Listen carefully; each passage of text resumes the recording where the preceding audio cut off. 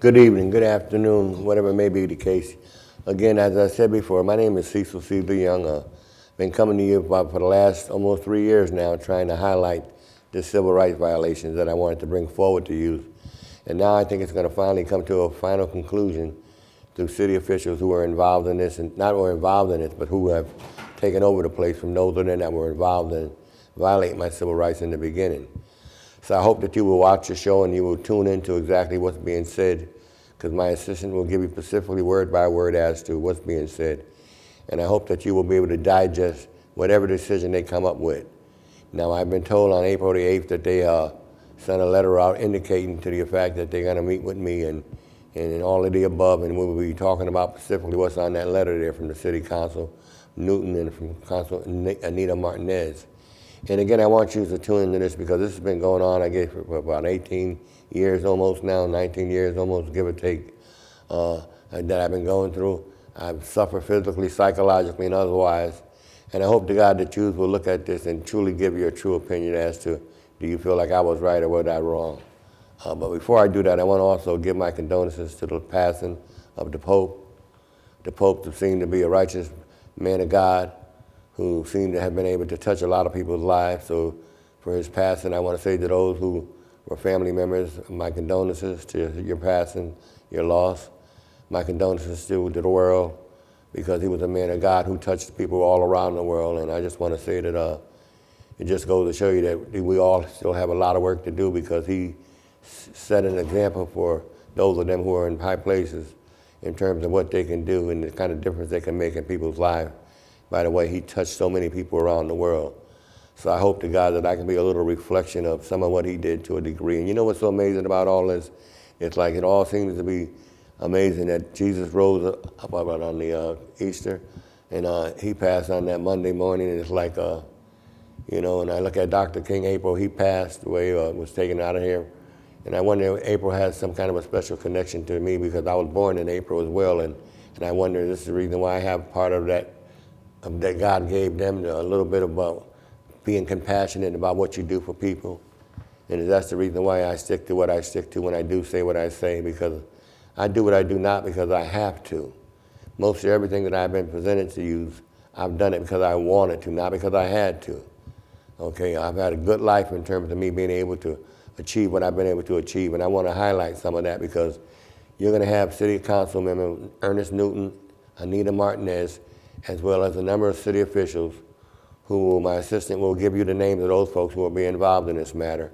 And I hope that you will be able to, as a mock jury, give your opinion as to whether or not do you feel my civil rights has been violated. Okay, so I will, again, this evidence that I'm going to show you here today will be evidence that I will be presenting at the meeting whenever they decide to meet with me. Like I said, the letter was made on the 8th, and it probably got to me on the 10th. The day, what, the 26th or 25th, 25th, or whatever it may be. So, but I'm sure it's going to be sometime this week. But whenever it is done and can come forward with it, I will definitely let you know first of all, because you are the first to know about this. So again, before I start, to my assistant, can you give the letter as to what transpired from City Hall from Councilman Newton and Councilwoman Martinez? Yes. The letter is a request to investigate Cecil Young's termination from the City of Bridgeport. Mr. Garnett, my council partner, Councilwoman Martinez, and I are writing to request your assistance in looking into a matter concerning a former city employee, Cecil Young, who has spoken during the past several city council meetings presenting his case as to why he believes he was wrongfully terminated. We believe it is in the best interest of the city to investigate this matter and see that it is resolved. We ask that you review his case and assess whether there is any validity to his claim that he was mistreated before his termination. Once his case has been reviewed, we would like to schedule a meeting with the head of Labor Relations, Dr. Errol Skyers, the Chief Administrative Officers, and Mr. Young to discuss the findings of the review. Please let me know if there's any additional things I can do to help facilitate this inquiry. I appreciate any assistance I can receive on the matter. And it's written sincerely, Ernest E. Newton II and Anita Martinez from the 139th District. Now, you know, I just really want to thank Councilman Newton again personally. I want to thank Councilwoman Anita Martinez to come forward at a time like this, because it's nothing about, it's so more important about telling the truth. And you know, there's an old saying about having ethics, and I have ethics. I have ethics that I've learned to value. I have ethics in my life in terms of things that I say, the things that I have to back up. So I don't just say anything just to be saying anything. And most of everything I've said, I've always been able to back it up. So I say to you that after you see this show, I hope to God that when you see the next outcome of whatever that transpired as a result of this meeting, you will know exactly whether I right or whether I wrong. So I will be giving what I'll be giving out at that meeting, whenever this meeting is called, and I'm sure it will be called this week. You know what also amazes me is that all of this started over me complaining, as you know, as I said in the past, about these contaminated dirt piles. All right, now you see me here with Councilman Newton, he was state rep at the time. Okay, you see me here with Mike Daly, who was the managing editor of the Connecticut Post. Okay, showing these different piles, okay, that had been dumped there by the city of Bridgeport, that was dunked up and dumped there, and kids were playing on it. And I was fearing that they may come down with cancer or some kind of problem, so I made an issue of it. To make a long story short, that it ended up causing the city $250,000, and they ended up causing me to lose my job because of that, which I had no problem about losing my job, because to save someone's life, I think that's more important than dollars. So I put it on myself to do that, not because I had to, because I wanted to, because this is what I've done all my life, and I'm going to continue to do, if God continues to allow me to do it. I'm also going to show you what troubled me is that here I'm going to show you this here. This is what she's going to read about, showing that in 2008, that the labor board pertaining to my medical benefits, okay, that had been denied, because actually I should have been receiving my medical benefits from 2006 to 2008. But because of the way they did it, they denied me from medical treatments from my dental for 2 years, okay? And because I met with a special board other than that, those two individuals, okay, I ended up winning this case myself because I tried it myself. So could you reflect on exactly what happened and how did that happen?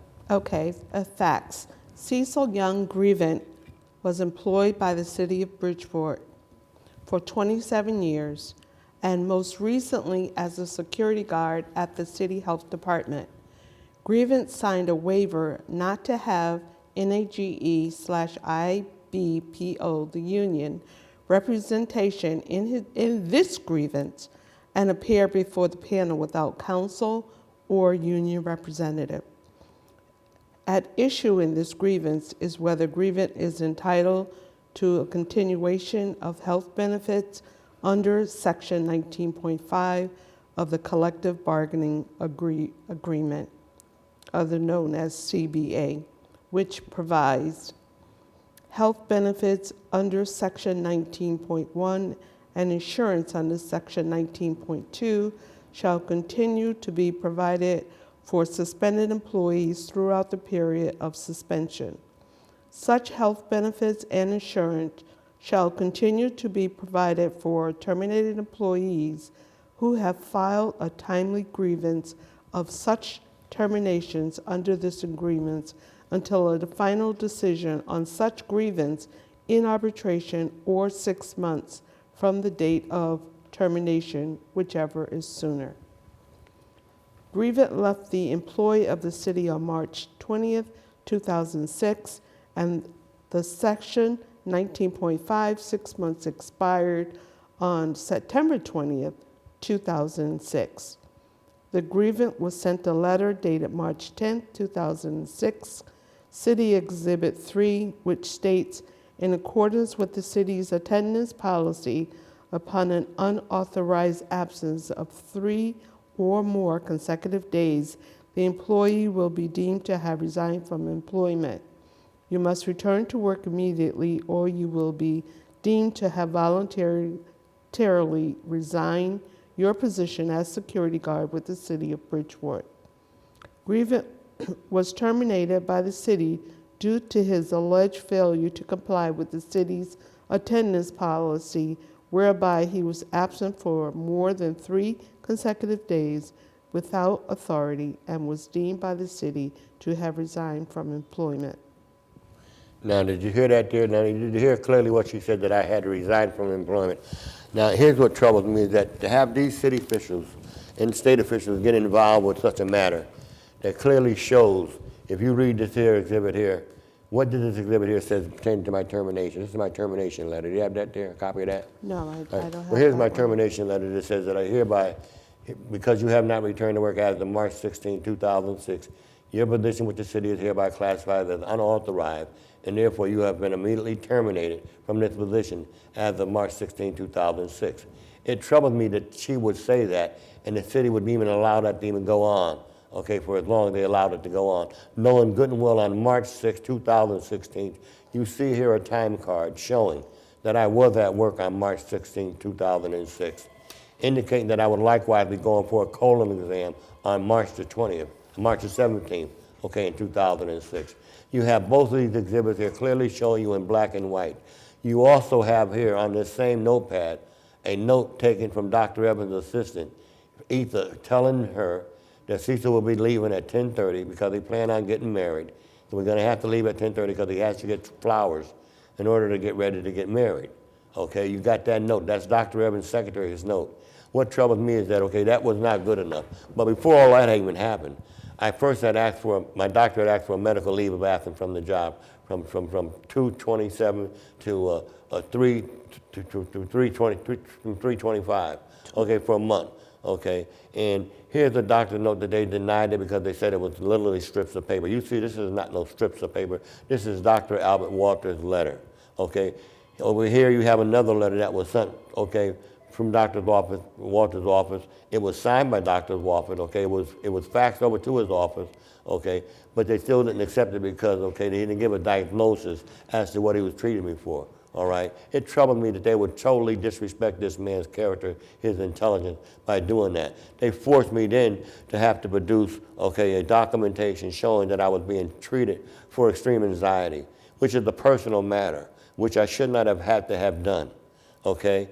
All right, they said it wasn't good enough for the nurse. It wasn't good enough for the doctor to sign it. You got this here information that you should not have forced me to have to turn over to you because that was a personal matter, but I did it nevertheless, okay? It also troubled me is that you tried to give the impression that Dr. Walters was not treating me for such a problem that I was so-called being treated for. Dr. Walters said he had been treating me for a while, and he had realized that he could not continue to help me as much as he would like to, so he referred me to Dr. Wainick, who is a clinical psychiatrist. April 4, 2006, he referred me to him. In the meanwhile, before that, he had been treating me all along. Again, like I said, this is the way he writes. This is the loop. This is in 2006. This is in 2006. 2006, the same loop. Here, 2005, you have the same loop here in 2005, where I got injured with one of my legs by passing out flyers, okay, about AIDS in the city, okay? And there was a shootout in the area that I was in, so we got to running, okay, so I pulled my leg out of line. But the bottom line is, Dr. Walters, that is his same signature, a loop, okay? And they ignore that again as the shame and the disgrace. So this is what I will be presenting to the city with the city officials when I do meet with them to show all of the above. And it really irritates me because all of this could have been avoided, but it wasn't avoided because of what? Because of greed. Albert Murphy, Gerald Wayne, and Mike Cohad, all of these people here, I accused them of violating my civil rights. How did they do it? They committed fraud. Anyone who files a grievance within a 20-day period of the time that they get terminated have a right to continue their medical benefits as long as they file a grievance within a timely fashion. I did just that. And for them to get paid acting like they had hearings, like they didn't know anything about that. Remember now, Gerald Wayne, chairman, labor board. Mike Cohad?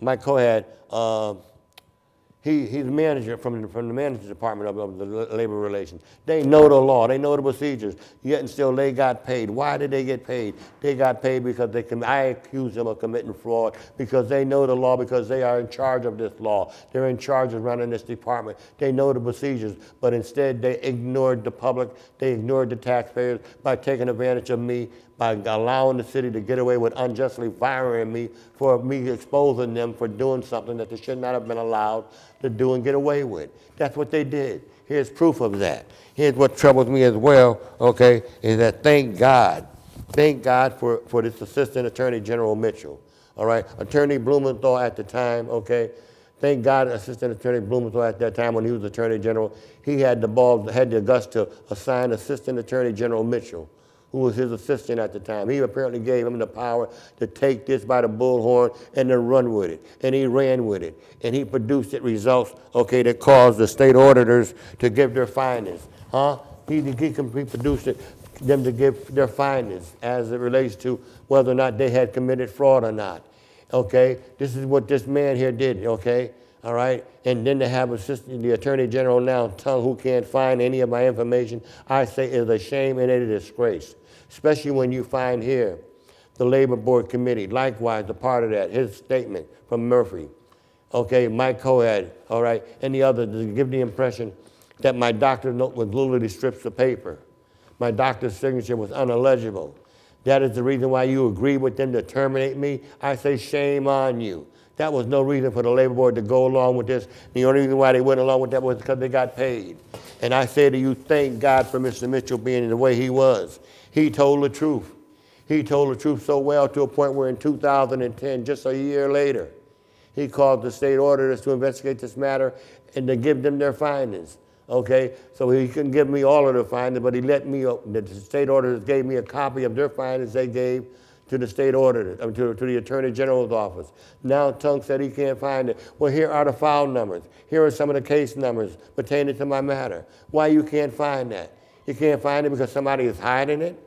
Okay, my wife at that time, Patricia Young, is no longer here now because she fought the fight with me for many years trying to get me the justice that I deserve. And it took a lot from her. It cost her life because of this here. And that's why I say to you, let this never happen again to anyone. This is not about me. This is about we. Every one of us deserves the right to be treated with respect and dignity. You see, on March 15, 2006, we went to City Hall and we got papers to confirm the fact that we were getting married on March 16, 2016. We got married with probate court Judge Ganem. Okay, he marries us. All right, he marries us. All right, so we made it official. So she was on my insurance policy. All that time I thought they were putting her on and keeping her on, but keeping me off. But it was me because I signed the papers in advance because I feared I would get fired, and my insurance kicked in and protected her and gave her the kind of quality insurance that the doctors could give her the best they could, and they did as well as they could, and I appreciate that. But the shame on them to ignore all of that, okay, to ignore all of that I've been saying, okay, all right, to ignore me. Someone who's been out there in the neighborhood all my life, fighting for people of color, of all colors, black, white. Didn't care what color you are, the character, the content of your character. It was how you treated people. Joe Owens, manager of the Connecticut Post, wrote about a man of action. He's talking about me, Cecil Young, a man who cared. I formed a cadet corps with men and women in P.T. Barnum to try to patrol our streets, to protect our people. I'm not a troublemaker. I'm not an agitator. I'm a drum major. I worked for State Rep Joe Lugo as an aide to him back in the days. All right, voluntarily. None of this was paid for me. Mike Daly said, hey, put more cops in public housing projects. Why? Because I lived in the projects. I know what it's like to live with gunplay going off day in and day out. I made a difference with that, okay? And for me to be employed with the city for 20-something years back then, and that was what, 21 years, almost 10 years ago, okay? To be formerly with the Housing Authority as well, okay? To be a member of the Bridgeport Town Committee, to be founder of a soup kitchen in P.T. Barnum.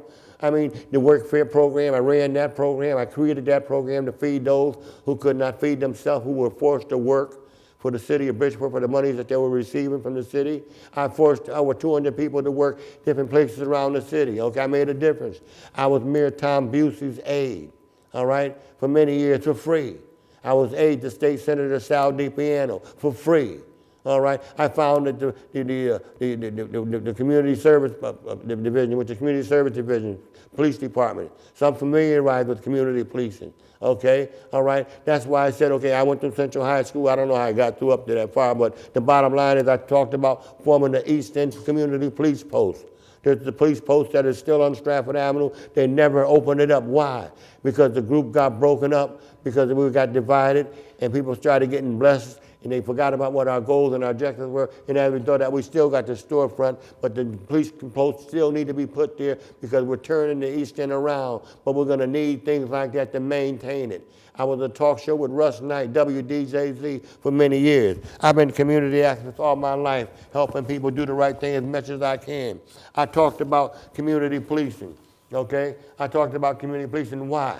Not because I had to, because I wanted to. And that's why I say to the people of Bridgeport, please help me help myself. It's about right and wrong. They wronged me. They did me wrong. All right, so now I'm going to play you the tape of Jody Paul, play you a copy of Jody Paul and Dr. Evans saying that, oh, I made you sick again. You're going to hear Jody Paul indicating as well, okay, about the fact that you came in for work, but you left an hour and a half later, and you can hear Dr. Evans say, okay, all right, that I'm going to pay you, but I'm not going to pay you if you leave. Listen to the tape, please, if you can.